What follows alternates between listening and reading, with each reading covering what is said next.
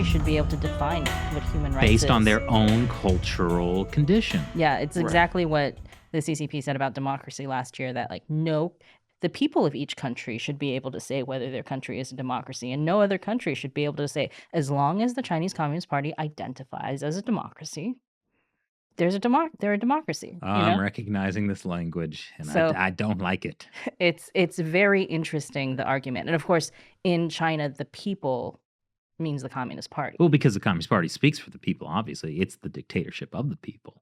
Yes, the people's democratic dictatorship. Yeah. I mean, some people obviously have the wrong beliefs, the wrong speech, the wrong thoughts, which is why they have to be They're not routinely people. suppressed. They're not people. Yeah, as that's what said. Mao said. So. Yeah. This is the world future. Well, so anyways, and to bring it back to the military, that original point, like by framing military action from this non-warfare kind of viewpoint, like when China makes a push to invade Taiwan, they're not invading another country. They're not invading another democracy. They are protecting their national sovereignty. Yeah. Or if there's like, he talked about like, disaster relief and aid, maybe there's some kind of, natural disaster in Taiwan. Send the military to help protect the people of Taiwan. I don't think it's just about Taiwan, though.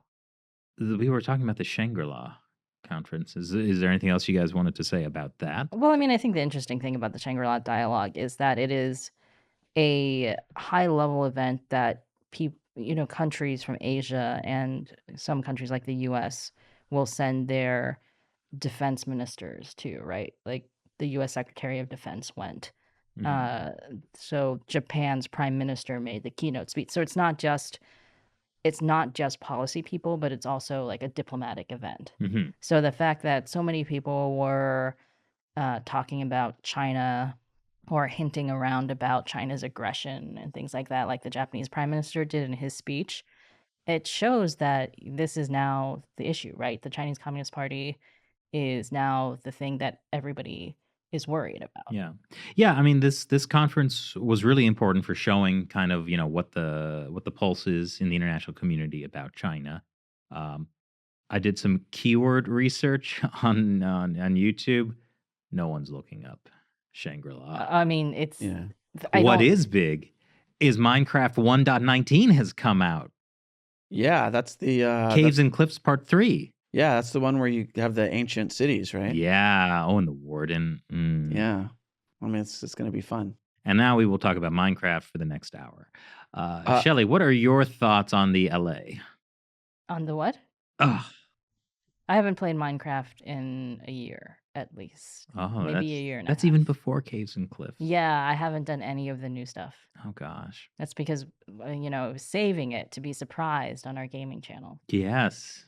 Which we'll make someday. So we actually have a very nice commenter section on all of our YouTube.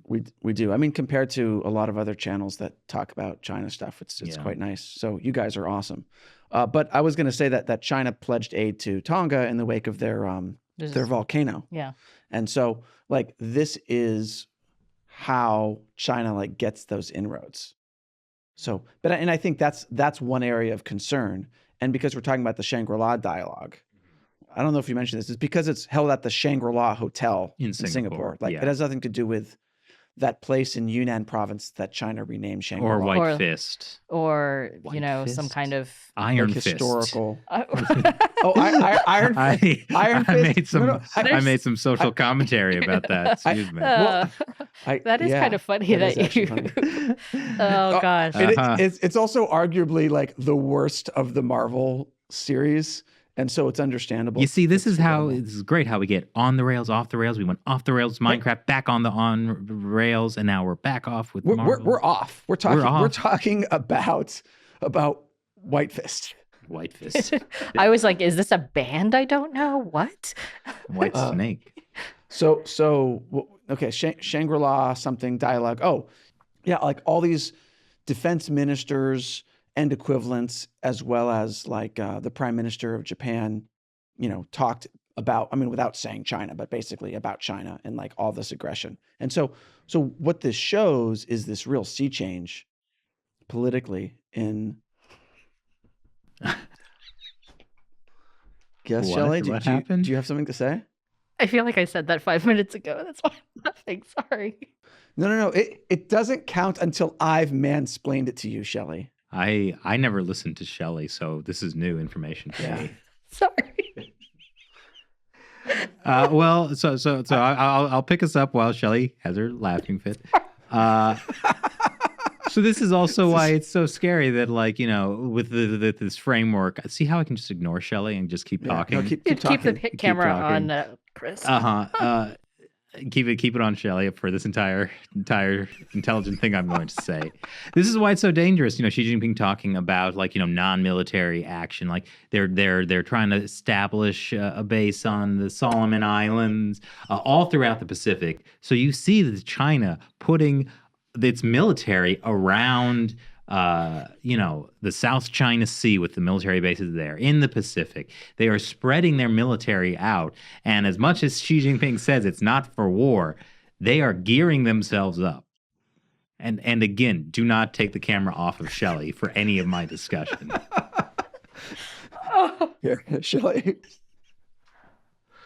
I hope that was as much fun for you as it was for Shelley, because we're all about fun here on China Unscripted. Did you always have your horribly stained handkerchief on the table? Well, yeah. Thanks, You know, Matt. you can keep this. Thanks. We're gonna probably do this to you again at some Yeah. point in the next, you know, remaining. That almost never 45 happens to minutes. me.